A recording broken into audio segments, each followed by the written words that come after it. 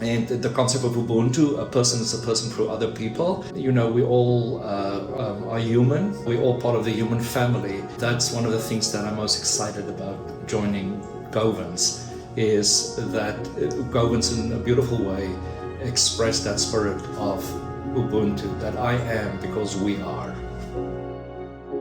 So my name is Andries Coetzee. My pronouns are he, him and his. I am fortunate and privileged to have been nominated as the pastoral candidate for Govans Presbyterian Church. I was born in 1971 in a rural town called Ceres, South Africa, as the youngest child of 4 children. So I grew up in apartheid South Africa, and especially during that time in South Africa, the most gross human rights violations took place.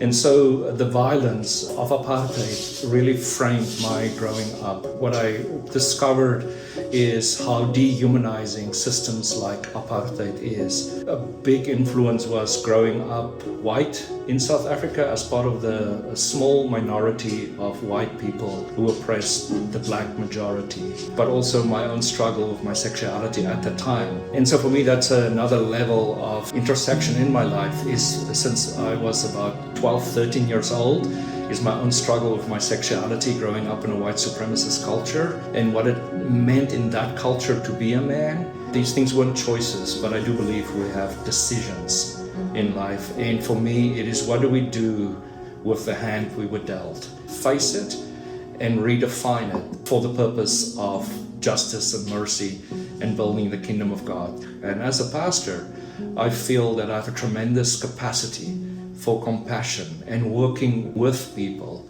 It was about March of this year. My profile matched that of Govans, and I know exactly where I was, who I was with when I got the invitation to apply.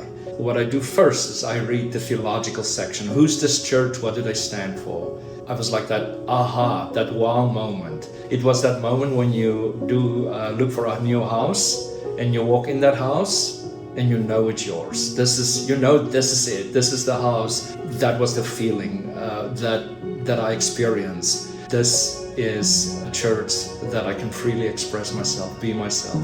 I'm living a life I never thought I would live. I'm openly gay.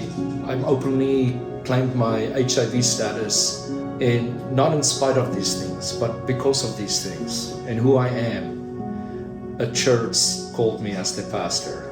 And I'm so grateful that God has imagination far bigger than our own. There seems to be a resilience in this city.